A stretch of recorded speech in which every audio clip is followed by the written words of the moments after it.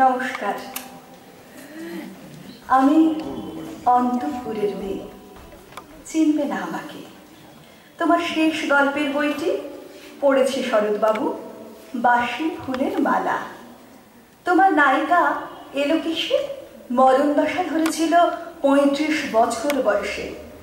২৫ বছর বয়সের সঙ্গে ছিল তার রেশারেশি।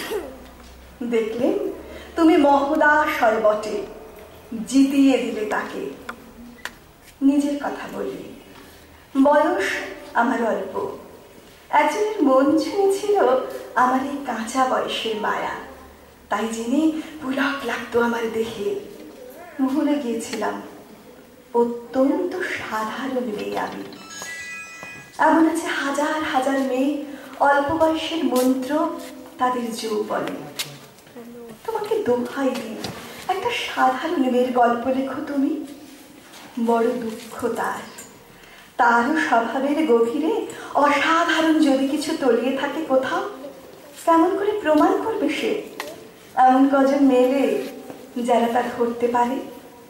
কাঁচা বয়সের জাদু লাগে ওদের চোখে, মন যায় না সত্যের খোঁজে। আমরা বিকিয়ে যাই মরিচিকার দামে। কথাটা কেন উঠলো তা বলি। মনে করো তার নাম নরেশ। সে বলেছিল কেউ তার চোখে পড়েনি আমার মতো।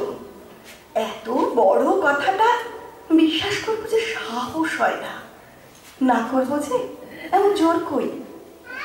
একদিন সে গেল বিলেতে, চিঠিপত্র পাই কখনো বা। মনে মনে ভাবি রাম রাম, এত মেয়েও আছে সে দেশে, এত তাদের ঠেলাঠেলি ভিড়, আর তারা কি সবাই অসামান্য? এত বুদ্ধি, এত উজ্জ্বলতা, আর তারা সবাইকে আবিষ্কার করেছে এক নরেশ সেনকে, স্বদেশী যার পরিচয় চাপা ছিল 10-এর মধ্যে। গ্যালোমেলের চিঠিতে লিখেছে লিজির সঙ্গে গিয়েছিল সমুদ্রে নাইতে। বাঙালি কবির কবিতা কলাইন দিয়েছে তুলে, সেই যেখানে উর্বশী উঠছে সমুদ্র থেকে। তারপরে বালির পরে বসলো পাশাপাশি। সামনে দুলছে নীল সমুদ্রের ঢেউ, আকাশে ছড়ানো নির্মল সূর্যালোক। লিজি তাকে খুব আস্তে আস্তে বললে, এই সেদিন তুমি এসেছ, 2 দিন পরে যাবে চলে। ঝিনুকের 2টি খোলা, মাঝখানটুকু ভরা থাক একটা নিরেট অশ্রুবিন্দু দিয়ে। দুর্লভ, মূল্যহীন। কথা বলবার কি অসামান্য ভঙ্গি! সেই সঙ্গে নরেশ লিখেছে, কথাগুলো যদি বানানো হয় দোষ কি, কিন্তু চমৎকার। হিরে বসানো সোনার ফুল কি সত্য? তবু কি সত্য নয়? বুঝতেই পারছো, একটা তুলনার সংকেত ওর চিঠিতে অদৃশ্য কাঁটার মতো আমার বুকের কাছে বিঁধিয়ে দিয়ে জানায়, আমি অত্যন্ত সাধারণ মেয়ে। মূল্যবানকে পুরো মূল্য চুকিয়ে দিই এমন ধন নেই আমার হাতে। ওগো, না হয় তাই হলো, না হয় ঋণী রইলেন চিরজীবন। পায়ে পড়ি তোমার, একটা গল্প লেখো তুমি শরৎবাবু, নিতান্ত সাধারণ মেয়ের গল্প, যে দুর্ভাগিনীকে দূরের থেকে পাল্লা দিতে হয় অন্তত 5-7 জন অসামান্যার সঙ্গে, অর্থাৎ সপ্তরথিনীর মার। বুঝে নিয়েছি আমার কপাল ভেঙেছে, হার হয়েছে আমার। কিন্তু তুমি যার কথা লিখবে তাকে জিতিয়ে দিও আমার হয়ে। পড়তে পড়তে বুক যেন ওঠে ফুলে, ফুলচন্দন পড়ুক তোমার কলমের মুখে। তাকে নাম দিও মালতী।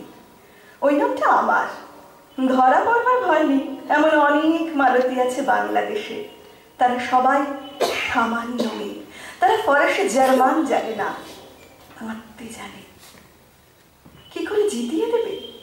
উচ্চ তোমার মন, তোমার লেখনী মহীয়সী। তুমি হয়তো ওকে নিয়ে যাবে ত্যাগের পথে, দুঃখের চরমে, শকুন্তলার মতো। দয়া করো আমাকে, নেমে এসো আমার সমতলে। বিছানায় শুয়ে শুয়ে রাত্রির অন্ধকারে দেবতার কাছে যে অসম্ভব বর মাগি, সে বর আমি পাবো না, কিন্তু পাই যেন তোমার নায়িকা। রাখো না কেন, নরেশকে 7 বছর লন্ডনে, বারে বারে ফেল করুক তার পরীক্ষায়, আদরে থাক আপন উপাসিকা মণ্ডলীতে। ইতিমধ্যে মালতী পাশ করুক MA কলকাতা বিশ্ববিদ্যালয়ে। গণিতে হোক প্রথম তোমার কলমের এক আঁচড়ে, কিন্তু ওইখানেই যদি থামো তোমার সাহিত্য সম্রাট নামে পড়বে কলঙ্ক। আমার দশা যাই হোক, খাটো করো না তোমার কল্পনা। তুমি তো কৃপণ নও বিধাতার মতো। মেয়েটাকে দাও পাঠিয়ে ইউরোপে, সেখানে যারা বিদ্বান, যারা বীর, যারা কবি, যারা শিল্পী, যারা রাজা দল বেঁধে আসুক ওর চারদিকে, জ্যোতির্বিদের মতো আবিষ্কার করুক ওকে। শুধু বিদুষী বলে নয়, নারী বলে। ওর মধ্যে যে বিশ্ববিজয়ী জাদু আছে, ধরা পড়ুক তার রহস্য। মূঢ়ের দেশে নয়, যে দেশে আছে সমজদার, আছে দরদি, আছে ইংরেজ, জার্মান, ফরাসি। মালতীর সম্মানের জন্য সভা ডাকা হোক না, বড় বড় নাম যাদের সভা। মনে করা যাক সেখানে বর্ষণ হচ্ছে মুষলধারে চাটুবাক্য, মাঝখান দিয়ে সে চলেছে অবহেলায়, যেন ঢেউয়ের ওপর দিয়ে পানির নৌকা। ওর চোখ দেখে ওরা করছে কানাকানি। সবাই বলছে ভারতবর্ষের সজল মেঘ আর উজ্জ্বল রৌদ্র মিলেছে ওর মোহিনী দৃষ্টিতে। এখানে জনান্তিকে বলে রাখি, সৃষ্টিকর্তার প্রসাদ সত্যই আছে আমার চোখে। বলতে হলো নিজের মুখে, এখনো কোনো ইউরোপীয় রসজ্ঞের সাক্ষাৎ ঘটেনি কপালে। নরে শেষে দাঁড়াক সেই কোণে, আর তার সেই অসামান্য মেয়ের দল। আর তারপরে আমার দুটি সাক্ষী মুড়লো, স্বপ্ন আমার ফুরলো। হায় রে সামান্য মেয়ে, হায় রে বিধাতার শক্তির অপব্যয়। রবীন্দ্রনাথ ঠাকুরের